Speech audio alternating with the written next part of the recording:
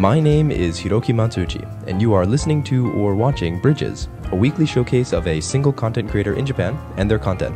This is episode number 17, and today we are featuring the oh-so-cute website Tokyo Tako, found over at tokyotako.com. That is a self-described Tokyo lovers blog on everything cute, awesome, and Japanese.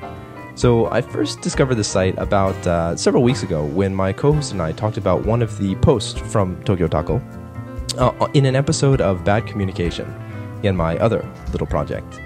Since our first post on February 20th of this year, the creator has been really good about putting up a wide variety of content on a fairly regular basis. She seems to have a solid core of readers, and I'm sure her followers will only continue to grow along with the amount of content. As of the filming of this episode, she has articles for a wide variety of categories, which include art, culture, cuteness, entertainment, news, fashion, food, gaming, history, language, music, news, technology, personal, shopping, and travel. There's a lot of stuff on this website. She's got some really interesting stuff on the site, so of course, as usual, let's put 10 minutes on the clock and see how much we can see. All right, so of course, as usual, we're going to start out with the splash page. Again, I think this is a pretty standard WordPress blog that's skinned. I could be wrong, though, but it looks like the good old WordPress that we all know and love. So why don't we take a look at her most recent post, posted on May 11th, which was yesterday, by Ali, who happens to be the creator. And this post is titled, Super Tiny House in Tokyo. So why don't we dig in and see what this is all about. I remember reading something about this quite a few months ago. I'm not sure if this is a new story, but no, it's certainly quite interesting, and it's probably new to some people. So I often complain that I have a lot of stuff. I don't know where to put it all, and it's never really organized. If I lived in Fuyuhito Moriya's house, however, that would need to change quite quickly. The land he built his house on was originally a parking space for a car, a little Japanese car. I'd be surprised if the entire width of the place was the same as my tiny kitchen. The design and space-saving techniques Moriya and his mother have applied to their home is inspiring. Every corner has a purpose. Want a tour of this tiny, innovative space saver? Check it out. Yeah, so this is, I guess, a CNN little bit all about this particularly tiny house. And again, I do remember seeing this video several months ago. I'm not sure if it's new, but yeah, again, still, it's a pretty interesting article. Needless to say, this website usually doesn't cover very serious and hard-hitting current events. It's kind of like, I would say, a pop culture website that has, I guess, a little bit of, news. Well, why don't we check out the news category to see maybe the more serious side of Tokyo Tako. And, okay, so the top story, the most recent article in the news/tech category is, Remember Tamagotchi. I was in 5th grade when I got my first Tamagotchi. My parents were taking my sister and I on vacation that summer, and my mom thought it would be a perfect gift for when we were on the plane and at the hotel. I was completely blindsided by the spur-of-the-moment gift, and I loved the thing to death. Everyone around my neighborhood had one, and I now had one too. I think I still have the box around my apartment, actually. The recent Tamagotchi models have many more features than the first model I had when I was 10. The Tamagotchi IDL line was recently released in Japan by Takara, which I guess is the company that manufactures it, and come in a wide variety of styles and colors. Yeah, so again, needless to say, it's not a hard-hitting news website, but yeah, who wants that anyway? You guys are looking to have a good time on the internet. So why don't we check out another one of these categories, something that I'm pretty interested in, which happens to be gaming. All right. Okay, so the most recent article in the gaming category is Super Mario 25th Anniversary Converse Shoes. Would you wear them? Yeah, sure, I'd wear them. Yeah, so I'm sure you guys have all seen the special edition box sets of some of the original Mario games that have been released this year for the 25th anniversary of the Super Mario franchise. I had no idea, but apparently there's a line of Converses being made to celebrate the occasion as well. Converse Japan has teamed up with Nintendo to offer these limited edition Chuck Taylor high sneakers featuring everyone's favorite plumber. Most of the Super Mario 25th anniversary commemoration products, including the Fire Engine Red Wii and DS, have already been released. So Converse is actually a touch late to the party. No worries, though. You can get your hands on these puppies in July. I don't know. Look pretty cool, but I bet they're really expensive. And why don't we jump to a different category? How about culture? Let's see what she has to say about culture. don't want to skip the first one. Oh, this is interesting. So the second most recent article in the Culture tab is Marriage in Translation, interview with Wendy Tokunaga. So I have to admit, hopefully I'm not kind of embarrassing myself by saying I've never heard of Wendy Tokunaga. But let me read a part of this entry. I posted a review of Wendy Tokunaga's Marriage in Translation, Foreign Wife, Japanese Husband yesterday. The book gives personal insight into the lives of cross-cultural relationships with Japanese men. Wendy disclosed a part of herself in her own interview in the book, but I wanted to dive even further into Wendy's life and how the book came to be. Well, this is quite interesting.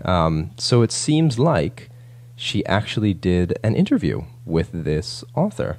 Now, of course, we don't have that much time, so I'm not going to go into the entire thing, but I would definitely recommend that you hop onto tokyotako.com and check it out. Again, the title of this post is A Marriage in Translation, interview with Wendy Tokunaga. Yeah, after the show, I'll definitely take a look.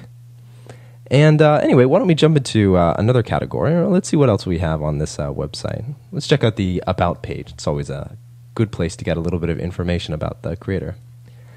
My name is Ali, and I live on Long Island, New York. That's also where I used to live. I love all things Japanese and or cute, as well as munchies, small animals, tea, video games, fashion, interior design, shopping. The list goes on and on. While I'm interested in all these things, that doesn't exactly mean I'm good at them. See interior design.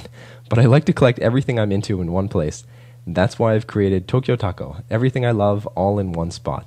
Yeah, so I would say this is kind of an interesting hybrid of maybe kind of a personal blog, where you'd post pictures about, I don't know, your kids or your puppy, and something that kind of tries to be a little bit more informative, a little bit towards, the direction of a news site.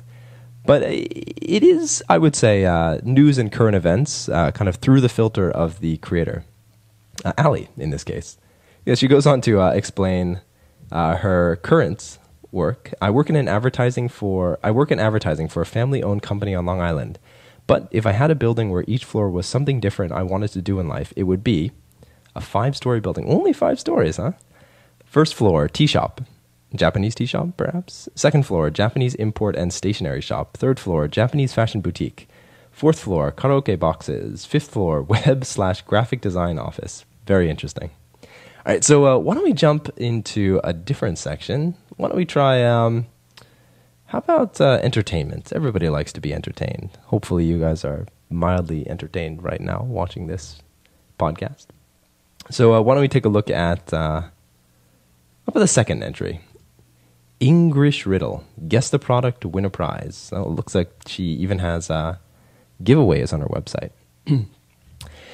While cleaning out all my stuff the other day, I came across this English gem that I knew was worth saving. Again, you'll notice I'm not saying English, I'm saying English, which is kind of the bad English that you see very often in Japan. The following is a photo disclaimer insert from a product I bought several years ago. Do you know what it could be? Guess in the comments below. The winner will be announced a week from today. I'll figure out what the prize will be in the meantime. Or hee. Yeah, so of course she has an image of some product disclaimer. Again, with a very, very poorly written English. And she has 7 responses. Some of the guesses include DDR, which is a Dance Dance Revolution. Let's see. Seems like everybody thinks it's DDR. Blue It's apparently got to be DDR. So I wonder if this contest is over. I wonder if I can still enter. I wonder what the prize is. All right, so we just have a few more minutes. Why don't we jump into one last category, which is something that I think everybody loves, including myself, which is food. Otafuku, New York City, the best place in the city for takoyaki and okonomiyaki. Yeah, so needless to say, actually the creator of the website is not currently living in Japan, although she did spend some time here in the past as a foreign exchange student, I believe. So, she might maybe not have her finger on maybe everything that's going on in Japan. Doesn't have maybe a first-person account in many cases. But, I mean, of course, through the wonders of the internet, I think you can still maintain a pretty good finger on the pulse of what's happening, regardless of how far away it might be. But in addition to posting things about, life in Japan, she also posts things about life in the U.S., particularly in New York and Long Island, that relate to Japan, which is something that's kind of unique. So why don't I read this quick entry? My boyfriend and I went to check out Otafuku in downtown Manhattan for the first time a couple of weeks ago. The last time we had eaten proper takoyaki was at a festival in Harajuku, Japan, and it had been a while. Otafuku is located at 236 East 9th Street between 2nd and Stuyvesant. Oh, I've never heard of that street, and it's quite possibly in the smallest building you'll find in the city. You can't eat in there, though they have a bench outside. One bench, see below. And if you're there with more than 3 people, it will be cramped while ordering, which is a shame because they have some really interesting pictures and articles to look at inside.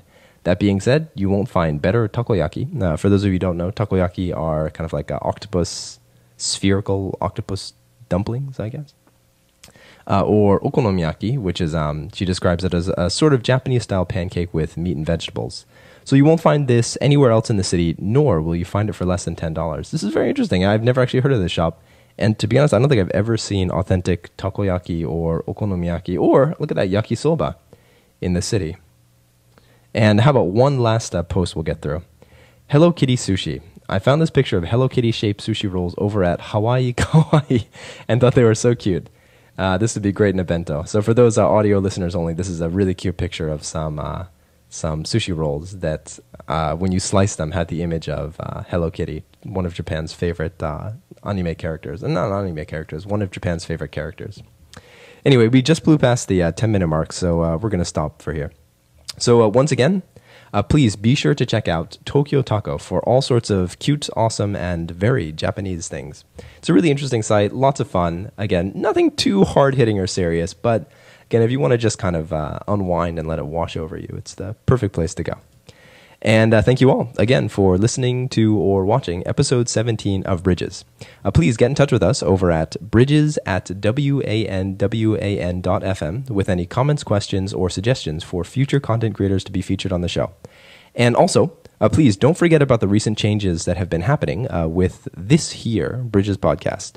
We have a new channel on YouTube under the name Bridges Podcast, a new Twitter account that also has the same name, Bridges Podcast, and the show now has its own dedicated iTunes feed, which is pretty cool.